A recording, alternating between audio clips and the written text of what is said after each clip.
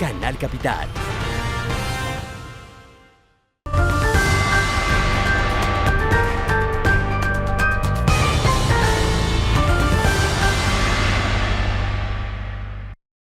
Bienvenidos, les saluda Claudia Palacios. Grabamos estas entrevistas que les voy a presentar a continuación cuando faltaban solo unas horas para la firma del acuerdo de paz entre el gobierno colombiano y la guerrilla de las FARC aquí en Cartagena. La primera de ellas con el exfiscal de la Corte Penal Internacional, Luis Moreno Ocampo.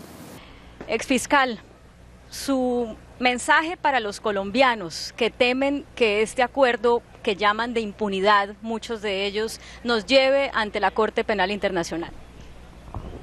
Colombia es el mejor caso de la Corte Penal Internacional. El modelo es que Colombia hizo investigaciones. Colombia es el mejor caso de la Corte Penal Internacional porque es el caso que nunca llegó a la Corte. Colombia hizo todas las investigaciones y hoy Colombia es un acuerdo de paz que es un ejemplo mundial. Por eso vienen 15 líderes de todo el mundo a Colombia. Es lo único que el mundo puede mostrar como una forma civilizada de cerrar un conflicto. Tardó 34 años, ¿no? Desde que Betancur empezó, tantos intentos diferentes. Bueno, 52 años de historia de las FARC. Pero eso, imagínate.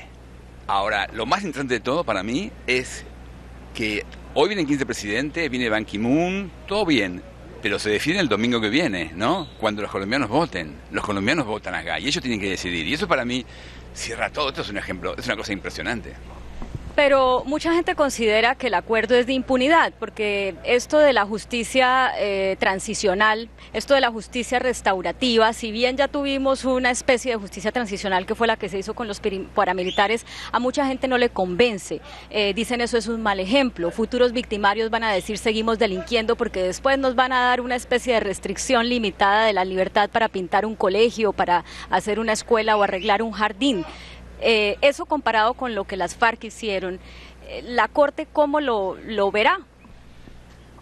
No, en realidad la fiscal Bensuda que me reemplazó a mí fue muy clara. Dijo, puede haber penas alternativas, pero tiene que haber consecuencias. A mí me parece, yo seguí el proceso, seguí viniendo y me pasó una cosa. Mi hijo trabaja en una fundación que se llama El Arte de Vivir, que dirige un gurú indio. Y ellos estaban trabajando en Cuba. Y a través de mi hijo, la FARC me invitaron a encontrarme con ellos. Entonces, hace un año exactamente, me pasé un fin de semana discutiendo con los líderes de la FARC cómo podían ellos salir de este problema. Y a mí me parecía muy interesante, primero, que la FARC, guerrilleros, entendían que tenían que respetar la ley penal internacional, que la Corte Penal Internacional estaba ahí y que los podía sancionar. Ahora, ellos me explicaban a mí que ellos consideraban que sería humillante que ellos sean condenados porque ellos eran un ejército que no ha sido vencido. Tienen 7.000 hombres armados. Entonces ellos decían, hacemos la paz porque queremos, no porque no hayan vencido. Entonces es humillante porque hagamos la paz, nos metan presos. Yo me fui de La Habana con la idea de que esto no se resuelve de ninguna manera, porque el presidente Santos, si bien me acuerdo en un congreso abrió diciéndole, usted, Moreno Ocampo, me prometió que la Corte Penal Internacional no iba a interferir, él era muy firme en esta idea de que había que haber sanciones. Y la FARC era muy firme de que no hubiera sanciones. Al mes siguiente yo estaba de nuevo en Colombia y justo me llaman de presidencia para que vea el acuerdo que estaban por firmar. Y habían conseguido una cosa increíble. Consiguieron este modelo que hay 20 años de cárcel si no dicen nada. 8 años de cárcel, igual que los paramilitares, en el caso que confiesen una vez que empezó la... 5 a 8. Sí, 5 a 8. 8 de máximo. Si confiesan después que empezó el juicio penal. Pero si confiesan de entrada, ahí está lo que dice la fiscal Bensuda, las penas alternativas, que son, además de que haya hasta 8 años de restricción de libertades, que no se pueden mover libremente, tienen que además desminar, que eso es súper importante, y ayudar a las comunidades que afectaron. Entonces, es transformar el castigo en algo positivo. Esto es único, es invento colombiano, nadie hizo eso, nadie inventó una cosa así.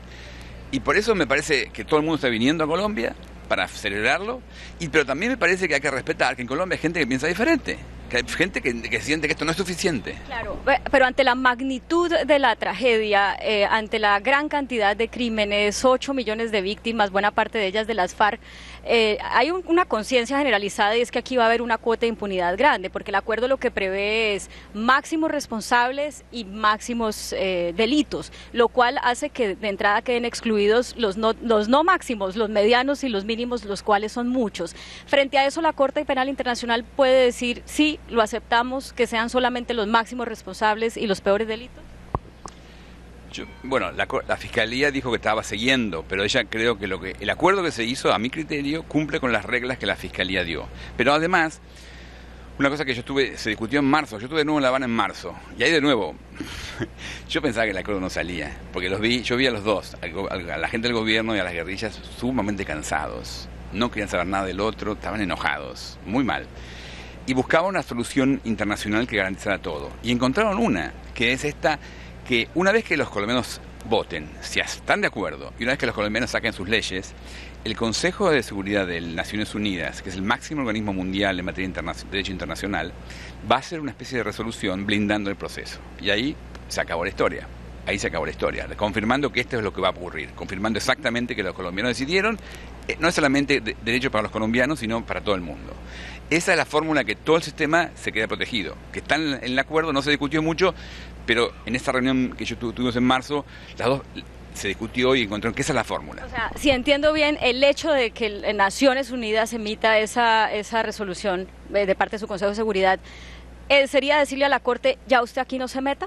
Sí, no solamente la Corte, un juez de otro país no se puede meter, nadie se puede meter. Justamente, una resolución del Consejo de Seguridad de Naciones Unidas, es el Consejo de Seguridad, no solamente Ban Ki-moon, es el Consejo de Seguridad que tiene la capacidad de intervenir por razones de paz y justicia, paz y seguridad en todo el mundo, va a decidir que lo que decidieron los colombianos para Colombia vale para todo el mundo. Entonces, lo que ustedes decidieron de cómo se juzga y cómo se hace, eso vale para todo el mundo. Entonces, eso hace que en la Corte Penal Internacional ni jueces con jurisdicción universal, como podría ser, se puedan meter en la historia. Eso hace que el acuerdo que se firmó quede consagrado en la medida en que los colombianos voten que sí el domingo, que eso es otro para mí fascinante. Y que el acuerdo se cumpla, porque si no se cumple, ¿qué?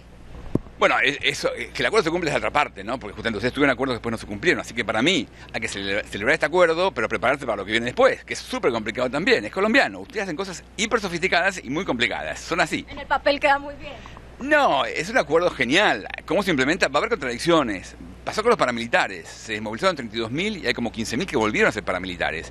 Pero de todos modos, el balance es que hay 17.000 soldados menos ahí. Entonces, y además, para mí lo más importante que este acuerdo hace es que este acuerdo dice, en Colombia, dicen, la política no incluye violencia. Ese es el acuerdo. Porque en Colombia sigue habiendo violencia masiva, pero no política, es crimen organizado. Este acuerdo se acabó la violencia política. Falta el ELN, que tienen que entenderlo, pero se acabó la violencia política. Colombia no acepta violencia política. Esto es lo importante de este acuerdo. Mucha gente dice, bueno, no sabemos cómo va a quedar conformado el Tribunal Especial para la Paz, esto de que haya unos jueces internacionales que no conocen nuestra realidad, que los nombren organismos internacionales, es una interferencia en el sistema de justicia colombiano, es, digamos, acabar con nuestra justicia.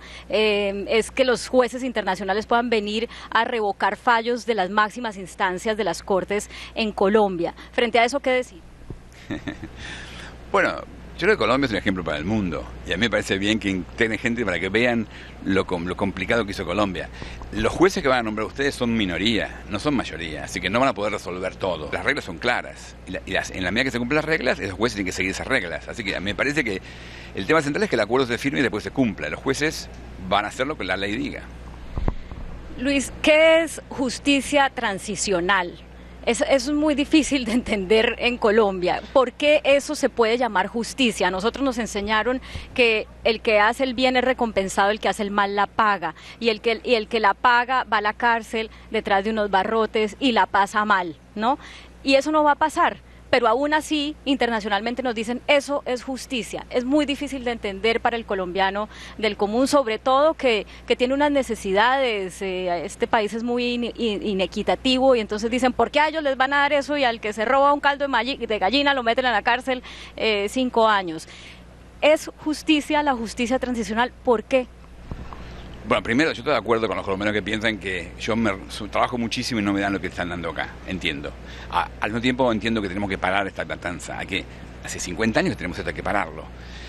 Yo como fiscal, cuando yo investigaba a Joseph Kony en Uganda, que secuestraba niños, los obligaba a matar a sus padres, yo investigaba a ese hombre, que era un monstruo, y secuestró 20.000 niños, y hizo que mataran a sus padres, y los convirtió en asesinos. Cuando yo investigaba a ese hombre y pidió paz, todos los profesores me decían, la justicia está interfiriendo con la paz, párenlo. Cuando yo investigué a Darfur, y lo procesamos al presidente de Sudán por genocidio, decían, oh, la justicia afecta a la paz, párenlo. Colombia muestra lo opuesto. Colombia muestra que con justicia y con ley, Colombia hace la paz. Es único. Si lo comparamos con un caso individual, no es muy bueno, pero si lo comparamos con lo que pasa en el mundo, es único. Es único. Cuando yo investigaba a Gaddafi, me decían, ¿por qué le investiga? Gaddafi estaba matando gente, me decían, no lo investigue que va a afectar la negociación. En Colombia, tus presidentes investigaban a todo el mundo, incluyendo militares, políticos, senadores, gobernadores, mientras hacían la paz. Santos, mientras negociaba con los líderes de la FARC en Cuba, en la justicia en Colombia los condenaba. Entonces, Colombia es un ejemplo único comparado con eso. Entiendo, si lo comparamos con la idea de un individuo solo en los crímenes normales, es raro. Ahora, si lo comparamos con los conflictos masivos como este que estamos terminando acá, es único. En los demás casos no hubo justicia, no hubo negociaciones. Por eso, el único ejemplo que se puede comparar Colombia 2016 es Colombia 2005. Es lo único que se puede comparar, no hay nada otra cosa. ¿2000 qué? 2005, con la justicia y paz para los paramilitares. Una última pregunta, Luis Moreno Campo. Los militares, bueno, ellos tienen una unidad de mando y no hemos oído militares que se rebelen a lo que dicen los altos mandos en el sentido de que apoyan la negociación y que dicen nuestra justicia no se negoció en La Habana.